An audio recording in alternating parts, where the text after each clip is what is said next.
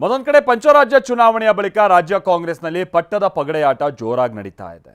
ರಾಜ್ಯ ನಾಯಕರು ದೆಹಲಿ ಯಾತ್ರೆಗೆ ಸಜ್ಜಾಗ್ತಾ ಇದ್ದಾರೆ. ಹೈಕಮಾಂಡ್ ಕರೆದ ತಕ್ಷಣ ದೆಹಲಿಗೆ ಹಾರೋದಕ್ಕೆ ಸಿದ್ಧವಾಗಿ ಕೂತಿದ್ದಾರೆ.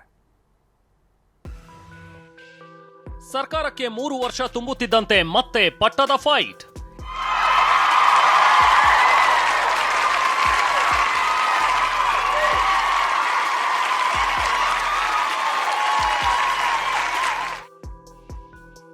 ಯಾರ ಬಳಿಯೂ ಕೂಲಿ ಕೇಳಿಲ್ಲ. ಡಿಕೆ ಮಾರ್ಮಿಕ ಮಾತು.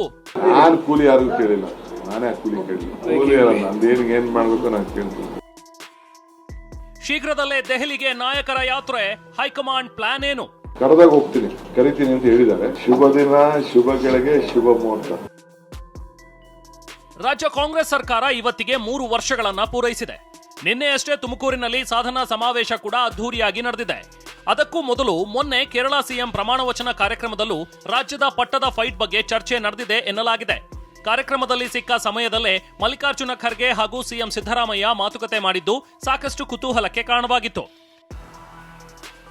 ಅಲ್ಲದೆ ಇದೇ ವೇದಿಕೆ ಮೇಲೆ ಡಿಕೆ ಶಿವಕುಮಾರ್ ಬರ್ತಿದ್ದಂತೆ ನೆರೆದ ಜನ ಡಿಕೆ ಡಿಕೆ ಅಂತ ಘೋಷಣೆ ಕೂಗಿರೋದು ಕೂಡ ಕೈಪಾಳೆಯದಲ್ಲಿ ಭಾರೀ ಸಂಚಲನ ಸೃಷ್ಟಿಸಿತ್ತು.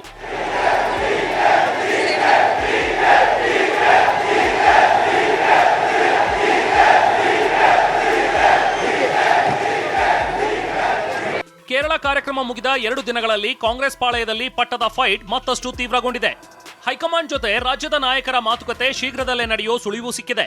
ಈ ಬಗ್ಗೆ ಬೆಂಗಳೂರಿನಲ್ಲಿ ಪ್ರತಿಕ್ರಿಯೆ ನೀಡಿದ ಡಿಕೆ ಶಿವಕುಮಾರ್, ಹೈಕಮಾಂಡ್ ನಾಯಕರು ಕರೆದಾಗ ಡೆಲ್ಲಿಗೆ ಹೋಗ್ತೀನಿ, ನಾನು ಯಾರ ಬಳಿಯೂ ಯಾವುದೇ ಕೂಲಿಯನ್ನ ಕೇಳಿಲ್ಲ ಅಂತ ಮಾರ್ಮಿಕವಾಗಿ ಮಾತನಾಡಿದ್ದಾರೆ. ಕರೆದಾಗ ಹೋಗ್ತೀನಿ, ಕರಿತೀನಿ ಅಂತ ಹೇಳಿದ್ದಾರೆ. ನನಗೆ ಖಂಡಿತ ಹೋಗ್ತೀನಿ. ನೋ ಪ್ರತ್ಯಕ್ಷ. ಆದಷ್ಟು ಬೇಗ ಗುಡ್ ನ್ಯೂಸ್ ಸರ್. ದಿನ ಶುಭ ದಿನ, ನನಗೆ ಶುಭ ದಿನ, ಶುಭ ಗಳಿಗೆ, ಶುಭ ಮುಹೂರ್ತ. ನಾನು ಕೂಲಿ ಯಾರಿಗೂ ಕೇಳಿಲ್ಲ, ನಾನೇ ಕೂಲಿ ಕೇಳಿಲ್ಲ.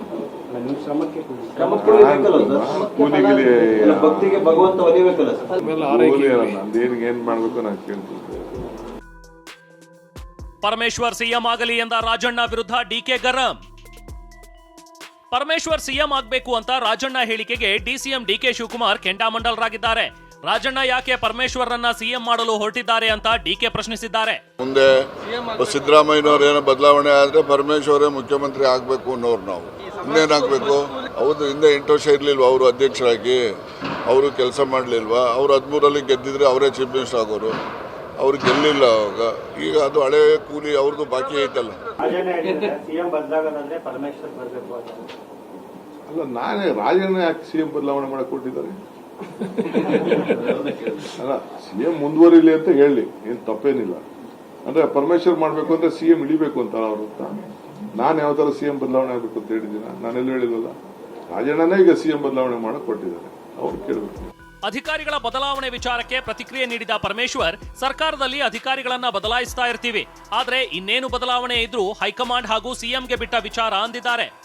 ಸರ್ಕಾರದಲ್ಲಿ ಅಧಿಕಾರಿಗಳು ಬದಲಾಯಿಸ್ತಿರ್ತೀವಿ, IASನವ್ರನ್ನ IPSನವ್ರನ್ನೆಲ್ಲ ಚೇಂಜ್ ಮಾಡ್ತಿರ್ತೀವಿ. ಮತ್ತೇನು ಬದಲಾವಣೆ? ಇದೆಲ್ಲ ನಮ್ಮ ಮುಖ್ಯಮಂತ್ರಿಗಳಿಗೆ, ನಮ್ಮ ಹೈಕಮಾಂಡಿಗೆ ಬಿಟ್ಟಿರುವಂಥ ವಿಚಾರ. ಇನ್ನು ಮೊನ್ನೆ ಕೇರಳದಿಂದ ಬಂದಿದ್ದ ಮಲ್ಲಿಕಾರ್ಜುನ ಖರ್ಗೆ, ಸಿಎಂ ಸಿದ್ದರಾಮಯ್ಯ ಹಾಗೂ ಡಿಕೆ ಶಿವಕುಮಾರ್ ನೇರವಾಗಿ ಜಾರ್ಜ್ ಮನೆಗೆ ಹೋಗಿದ್ರು. ಎಲ್ಲಾ ನಾಯಕರು ಜಾರ್ಜ್ ಮನೆಯಲ್ಲಿ ಲಂಚ್ ಮೀಟಿಂಗ್ ಮಾಡಿದ್ದು ಭಾರಿ ಚರ್ಚೆಗೆ ಕಾರಣವಾಗಿತ್ತು.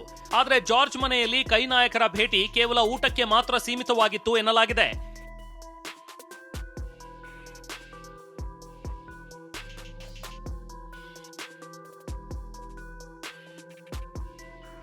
ಈ ಬಗ್ಗೆ ಪ್ರತಿಕ್ರಿಯೆ ನೀಡಿದ ಡಿಕೆ ಶಿವಕುಮಾರ್, ಮುಂದಿನ ಚುನಾವಣೆ, ಪಕ್ಷ ಸಂಘಟನೆ ಬಗ್ಗೆ ಮಾತನಾಡಿದ್ದೇವೆ ಅಂತ ಹೇಳಿದ್ರೆ ಊಟ ತಿಂಡಿಗೆ ಸೇರ್ತಾ ಇರ್ತೀವಿ ಅಂತ ಪರಮೇಶ್ವರ್ ಸ್ಪಷ್ಟನೆ ನೀಡಿದ್ದಾರೆ.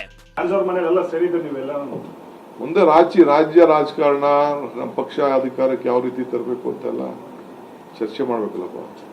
ಊಟ ತಿಂಡಿ ಮಾಡ್ತಾ ಇರ್ತೀವಿ, ನಾವೆಲ್ಲ ಸೇರ್ತೀವಿ. ಲೈಕ್ ಮೈಂಡೆಡ್ ಮಂತ್ರಿಗಳು ಒಂದೊಂದು ಸಾರಿ ಎಲ್ಲ ಸೇರಿಕೊಂಡು ತಿಂಡಿ ತಿಂತೀವಿ, ಊಟ ಮಾಡ್ತೀವಿ. ಅದಕ್ಕೆಲ್ಲ ಬದಲಾವಣೆಗಳ ಇದನ್ನು ಹೇಳುವಂಥ ಅಗತ್ಯ ಇಲ್ಲ. ಇನ್ನು ಸಚಿವ ಸಂಪುಟ ವಿಸ್ತರಣೆ ಬಗ್ಗೆ ಮಾತನಾಡಿದ ಡಿಕೆ ಆಪ್ತ ಶಾಸಕ HC ಬಾಲಕೃಷ್ಣ, ಆಸೆಯಾಗಿಯೇ ಉಳಿಯುತ್ತಾ ಅಂತ ಕಾದು ನೋಡಬೇಕು ಅಂದ್ರು. ಚೀಫ್ ಮಿನಿಸ್ಟರ್ ಆಗಬೇಕು ಅಂತ ಆಸೆ ಏನ್ ಮಾಡೋದು? ಆಗ್ಬೇಕಲ್ಲ. ಆಸೆಯಾಗಿ ಉಳಿತದ ನೋಡೋಣ, ನಮ್ಮ ಹೈಕಮಾಂಡ್ ಏನ್ ತೀರ್ಮಾನ ಮಾಡುತ್ತೆ. ಅಂತಿಮವಾಗಿ ಏನಂತ ಅಂದ್ರೆ ತೃಪ್ತಿ ತಂದಿದೆ ನಮ್ಮ ಸರ್ಕಾರದ ಆಡಳಿತ. ನಮಗೂ ಕೂಡ ನಮ್ಮ ಕ್ಷೇತ್ರದಲ್ಲಿ ನಾವೆಲ್ಲ ಅಭಿವೃದ್ಧಿ ಕೆಲಸ ಮಾಡ್ತಾ ಇದ್ದೀವಿ. ಪಂಚರಾಜ್ಯ ಚುನಾವಣೆ ಬಳಿಕ ರಾಜ್ಯ ಕಾಂಗ್ರೆಸ್ನಲ್ಲಿ ಮತ್ತೆ ಪಟ್ಟದಾಟ ಶುರುವಾಗಿದೆ. ಇನ್ನು ಕೆಲವೇ ದಿನಗಳಲ್ಲಿ ರಾಜ್ಯದ ಪ್ರಮುಖ ನಾಯಕರು ಹೈಕಮಾಂಡ್ ಮುಂದೆ ಪರೇಡ್ ಮಾಡಲಿದ್ದಾರೆ. Bureau report, TV9.